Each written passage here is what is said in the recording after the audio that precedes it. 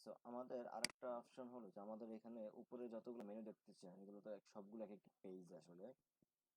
যে কোনো কোনো পেজ আসলে একটু ডিফারেন্ট টাইপস অফ ডিজাইন করা, কোনো কোনো পেজে আসলে কোনো ডিজাইন করা নাই। সো এরকম হইতে পারে যে একটা নতুন পেজ তৈরি হবে, সেখানে জাস্ট নর্মাল কিছু টেক্সট থাকবে। হ্যাঁ, ওইটাও মানে খুব ডিজাইন হবে না। সো সেক্ষেত্রে ডিজাইনটা বেসিক্যালি আমি করব। এটা আপনাদের যেটা হবে যে শুধু ডেটাগুলো ইনপুট দেওয়ার অপশনগুলো রাখা। সো নর্মালি যদি কোনো একটা পেজ তৈরি করা লাগে, যেগুলো সবই পেজ। সো পেজ তৈরি করতে হলে আপনাকে নর্মালি অল পেজে যেতে হবে।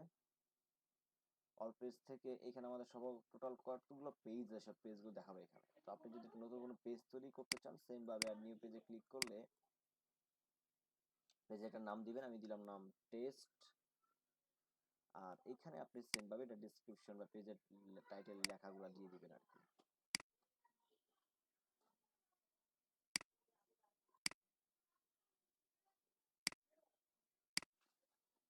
ওকে, দেন ফিচার ইমেজ চাইলে দিতে পারেন, অথবা এটা ম্যাটার করে না, দিলে এটা এটা হবে থাম্বনেল হিসাবে। দেন এটা পাবলিশ করে আর কোনো কিছু দরকার নেই, জাস্ট পাবলিশ করলে এটা একটা নতুন পেজ হিসাবে তৈরি হবে। এবং আফটার পাবলিকেশন